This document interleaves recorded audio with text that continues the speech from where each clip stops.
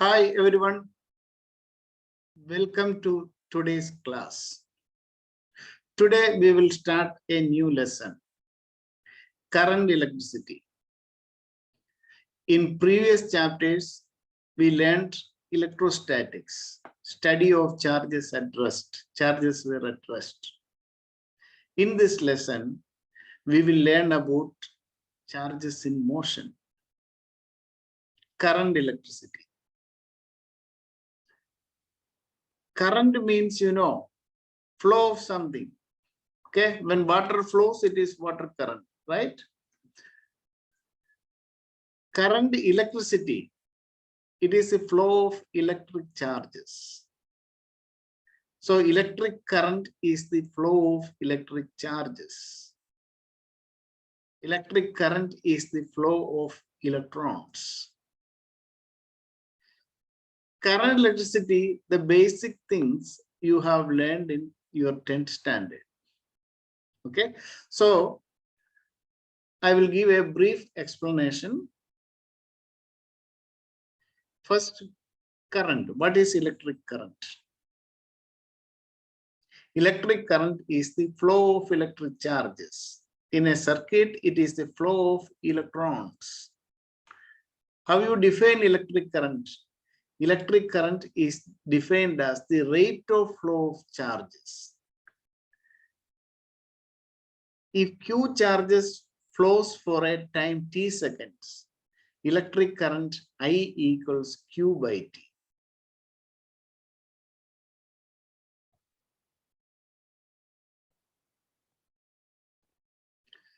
I is equal to Q by T. You know the unit of current. What is the unit of current? Coulomb per second. It is known as ampere.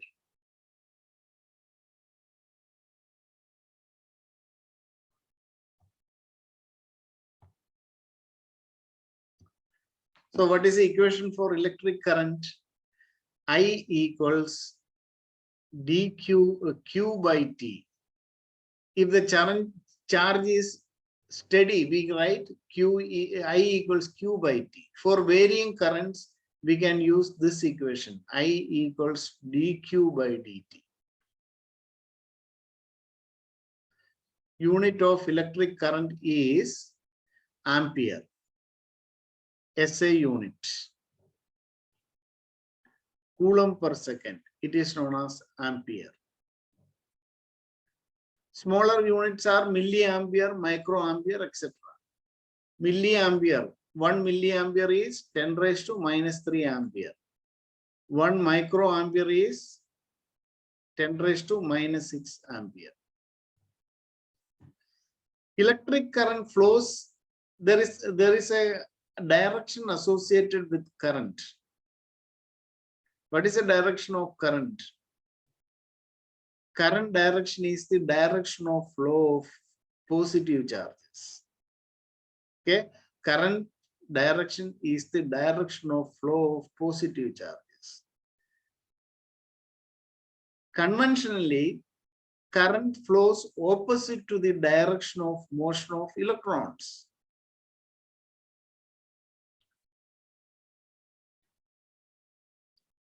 Current flows in the direction of flow of positive charges. What is the direction of conventional current in an electronic circuit? That the conventional current flows in a direction opposite to the direction of flow of electrons. Conventional current flows in a direction opposite to the direction of flow of current. But current is a scalar quantity. Current is a scalar quantity.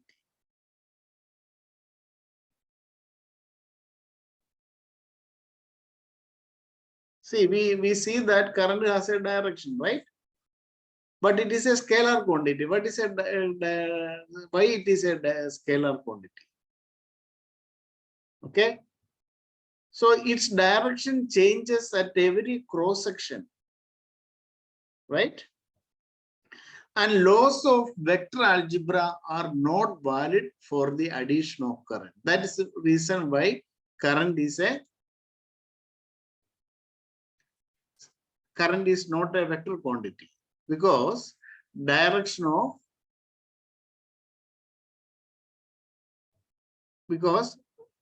vector laws of vector algebra are not valid for the addition of electric current. That is why the current is a vector quantity. Sorry, that is why current is not a vector quantity. So current is not a vector quantity.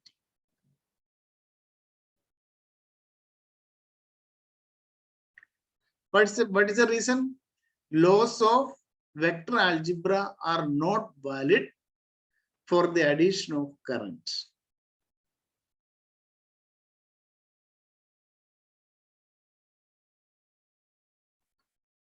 Laws of vector algebra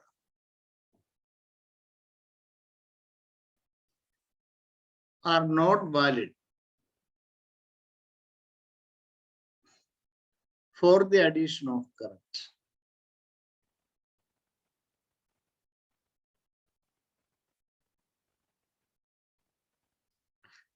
Now we define a quantity current density.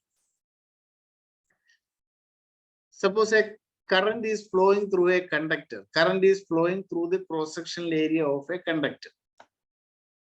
The current per unit area of cross-section of the conductor is known as current density. What is current density? Current per unit area of cross-section. Current density. Current density, we denote the letter J. Current density is denoted by the letter J. How it is defined? Current passing through unit area of cross-section.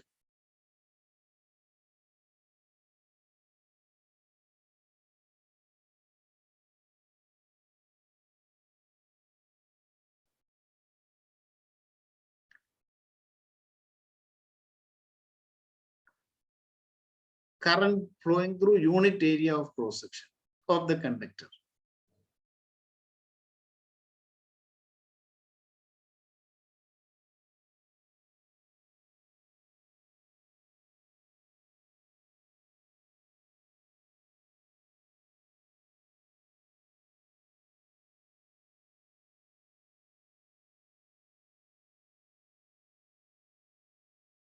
So current density equation, J equals I by A.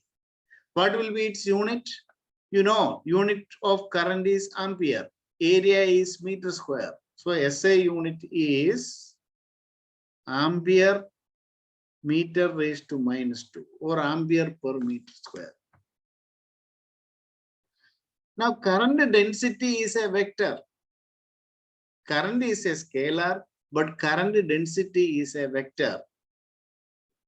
So when you consider a particular area of cross section, current is flowing like this. So at this cross section, current has a specific direction. So current density is a vector quantity. Current is a scalar, but current density is a vector quantity. So at a particular cross section, it has a specific direction. Current density is a vector quantity.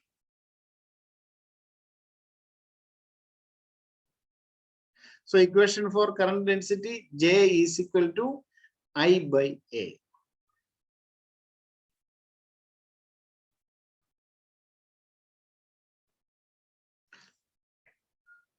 Next topic in this lesson is Ohm's law. This Ohm's law also you already learned in 10th standard. Can you recollect? At constant temperature, current flowing through a conductor is directly proportional to the potential difference between its ends at constant temperature.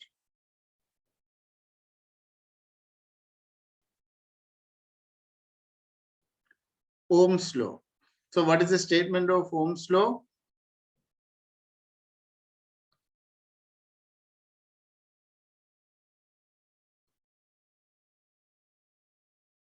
At constant temperature, current flowing through a conductor is directly proportional to the potential difference across its ends.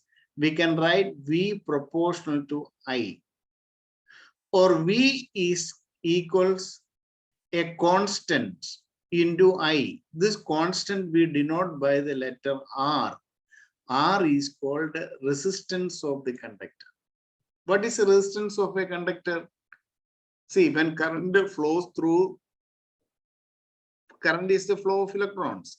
When electron flows through the conductor, it will undergo collisions with the other atoms of the conductor and the other electrons. Okay. So the conductor offers some opposition for the flow of current. This opposition is known as resistance. So what is the resistance? It is the opposition offered by the conductor to the flow of electrons. How the conductor oppose? Electrons have to overcome the collisions. This is resistance. We can write V by I equals R. But all substances will not obey Ohm's law. Metals obey Ohm's law at low temperature. Okay, substances that do not obey Ohm's law are called non-ohmic conductors. Some conductors obey Ohm's law at low temperature. Some substances like semiconductor, they do not Ohm's law, do not obey Ohm's law. They are non-ohmic conductors. So at constant temperature, current flowing through a conductor is directly proportional to the potential difference across ends. This is Ohm's law. And resistance of the conductor is V by I. So what is the SI unit of resistance? We call it ohm.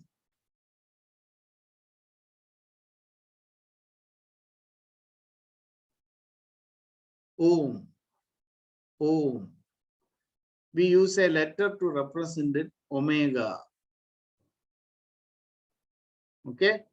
Ohm. Ohm is the unit of resistance, SI unit of resistance.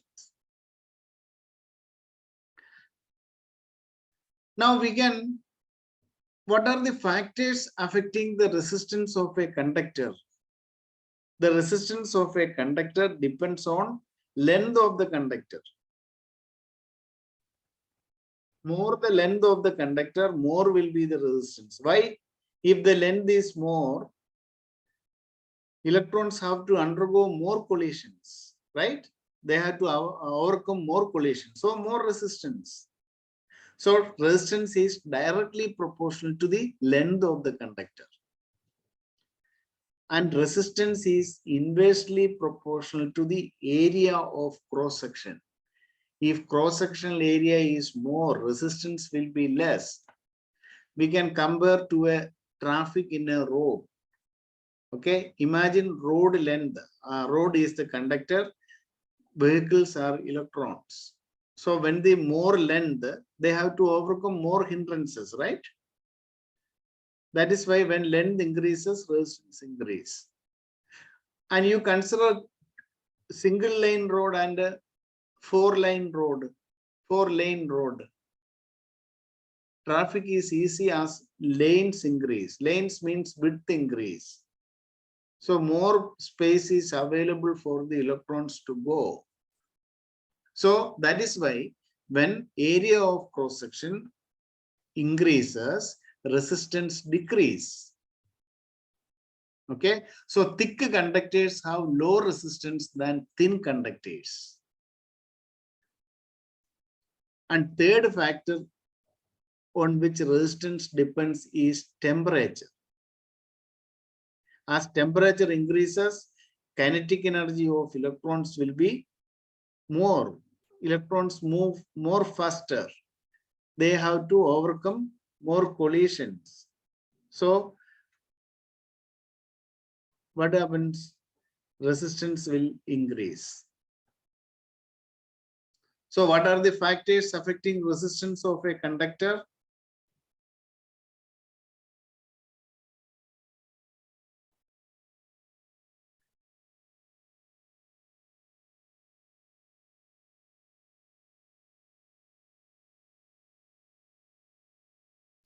What are the factors affecting resistance of a conductor? First one is length of the conductor.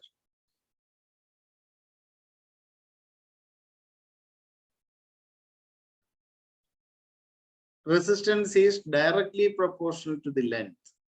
Second is area of cross section.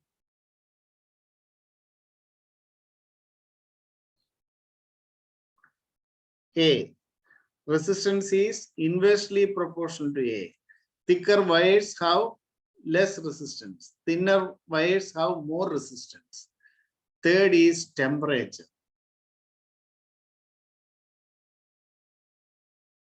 Okay. As temperature increases, resistance of metals increases. For semiconductors, as temperature increases, resistance will decrease. These are the factors affecting resistance of a conductor. So resistance of a conductor depends on length of the conductor, area of cross section, and temperature. Now we can define another term called resistivity. Before that, the reciprocal of resistance is known as conductance.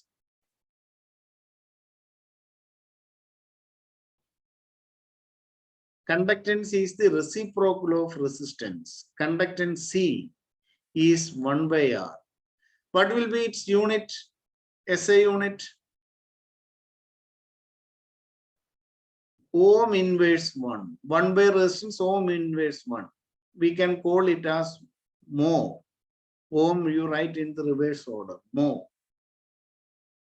Then we will define another term called resistivity, another quantity, resistivity.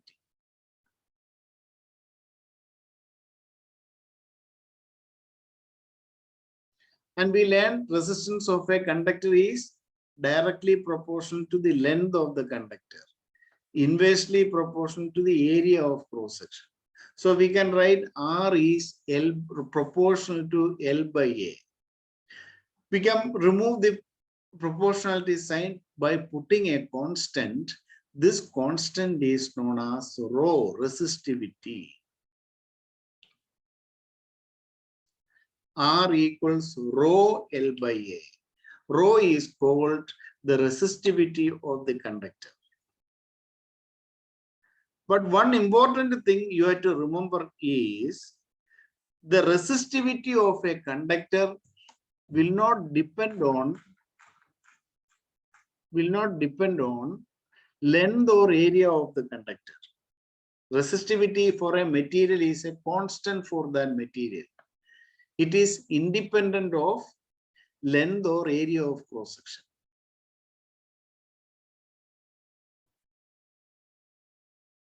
This is important point you have to remember. Resistivity is independent of length or area of cross section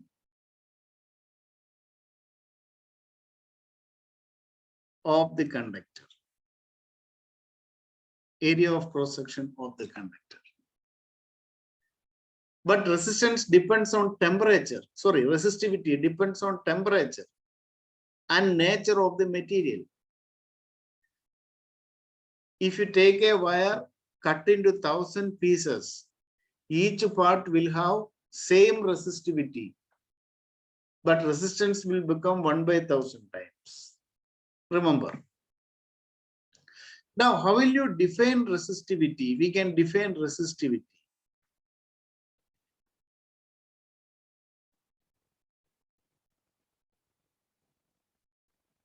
So you take the equation R equals rho L by A. If L is 1 meter, A is 1 meter square. When you substitute in this equation, what you are getting? R equals rho.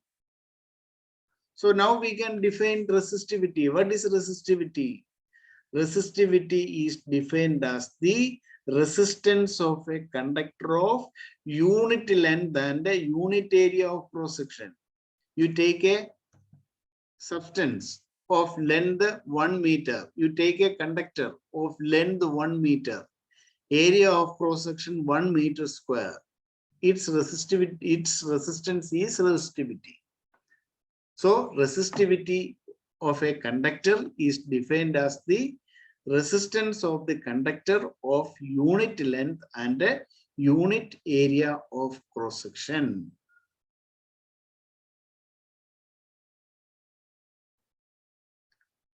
Resistivity of a conductor is defined as the resistance of a conductor of unit length and unit area of cross section. This is a definition for resistivity. What will be the unit of resistivity? From the equation we can obtain. If you know the equation for the quantity, you obtain the unit. So R equals rho L by A. So what is rho here? RA by L. Unit of resistance is ohm. Area you know, meter square. By length all of you know, meter. So what will be the unit of resistivity? Ohm meter. Okay. So what are the factors on which resistivity of a material depends? It depends on the nature of the material and also it depends on the temperature. Remember, resistivity does not depend on length or area of cross section of the conductor. SI unit is ohm meter.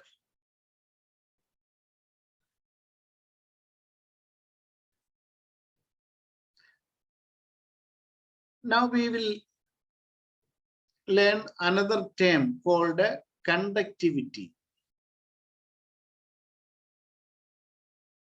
The reciprocal of resistivity is known as conductivity.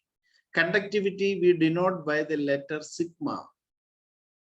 Sigma equals 1 by rho.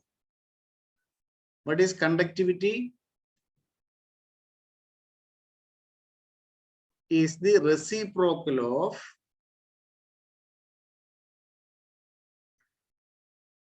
resistivity. Conductivity is the reciprocal of resistivity. Conductivity sigma equals 1 by rho. So what will be the SI unit? Ohm raised to minus reciprocal of resistivity. Ohm raised to -1, meter raised to -1.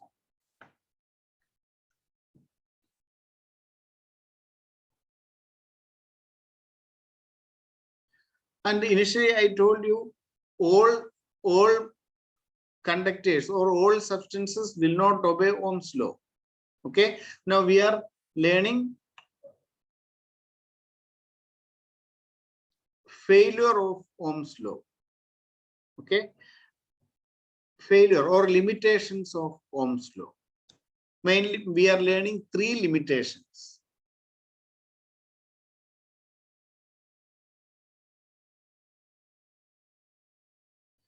Limitations of Ohm's law.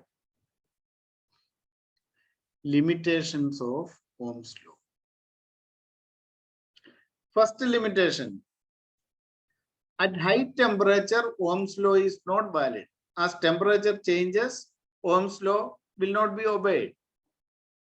For a metal, if you draw voltage current graph, if two quantities are directly proportional, graph will be a straight line. For a metal, if you draw the graph between voltage and current, at low temperature, the graph will be a straight line. But at high temperature, as temperature increases, resistance of metals increases. At high temperature, this graph become curved. Okay, this first straight line graph is at low temperature.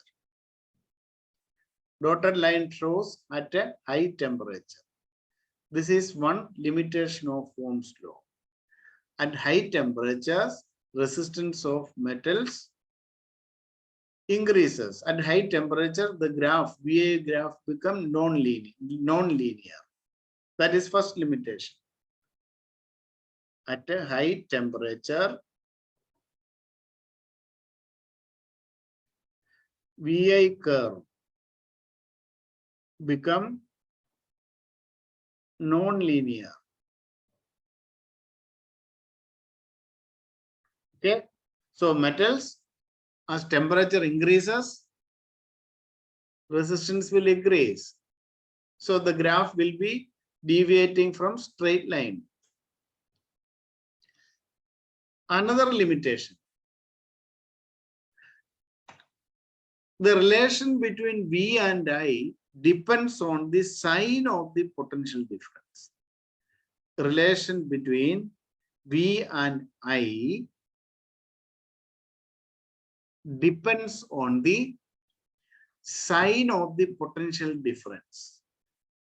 If you draw graph for semiconductor, for example, semiconductor diode. Diode is a semiconductor device. Okay. If you draw the VI graph for semiconductor diode, the relation between V and I will be depending on the sign of the voltage. For positive voltage, we get one shape of the curve graph. Negative voltage, we get another shape. So for a diode, so I am writing the limitation, the relation between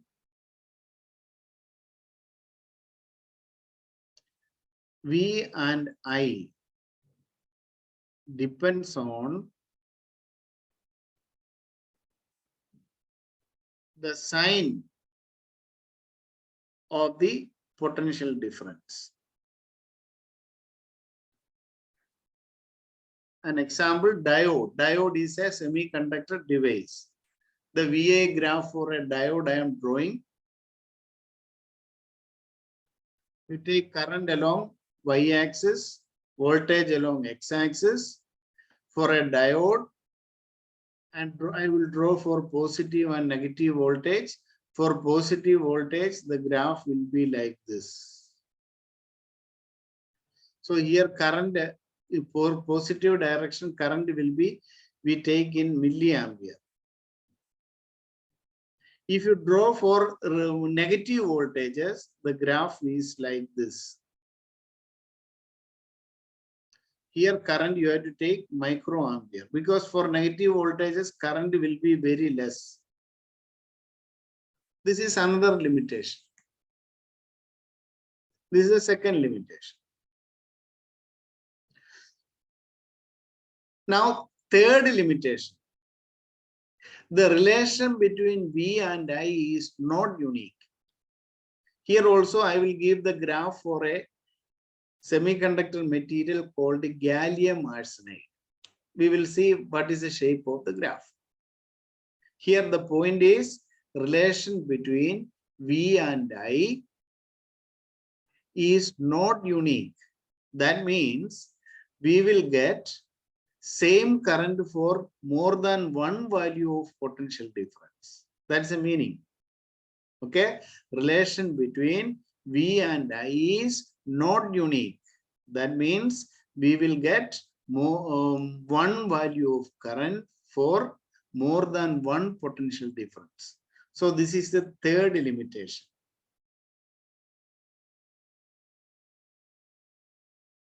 The relation between V and I is not unique. Relation between V and I is not unique. I give an example. VI characteristics. The graph we normally call the characteristics. VI graph. Okay, characteristics. VI characteristics for gallium arsenide. Gallium arsenide. This is a compound semiconductor. Is shown below. Okay, I will give the graph.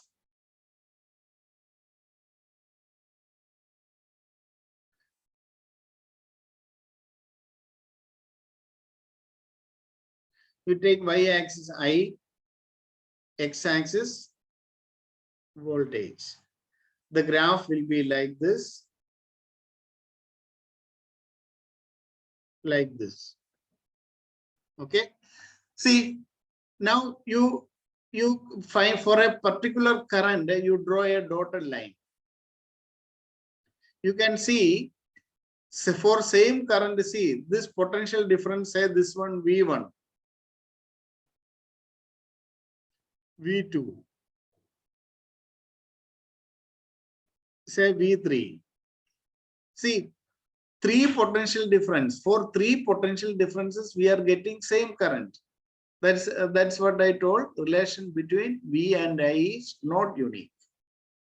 And one more thing in this graph, you have to remember, if the region, if you draw, see this line, this green line.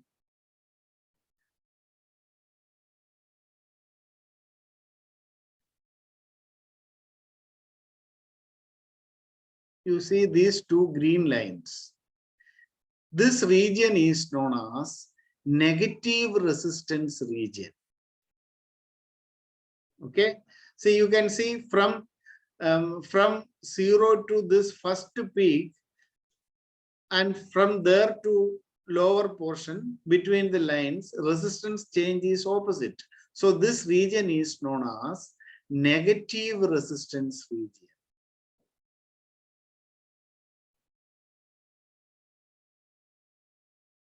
For examination, they may give the diagram and they will ask you to identify negative resistance region. If you name this as A, B, C, D. So the region BC is called negative resistance region.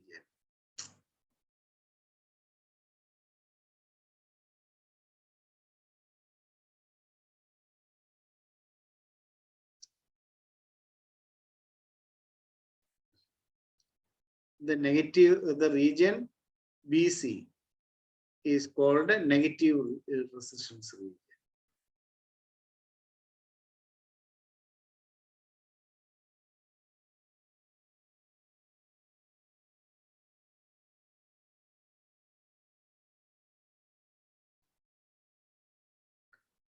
The region BC is called a negative resistance region.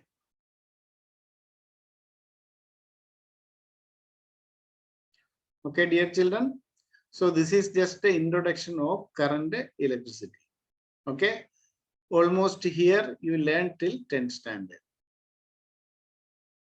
So today this class ends now. Dear children, watch the video, subscribe it. We'll meet in the next class. Goodbye.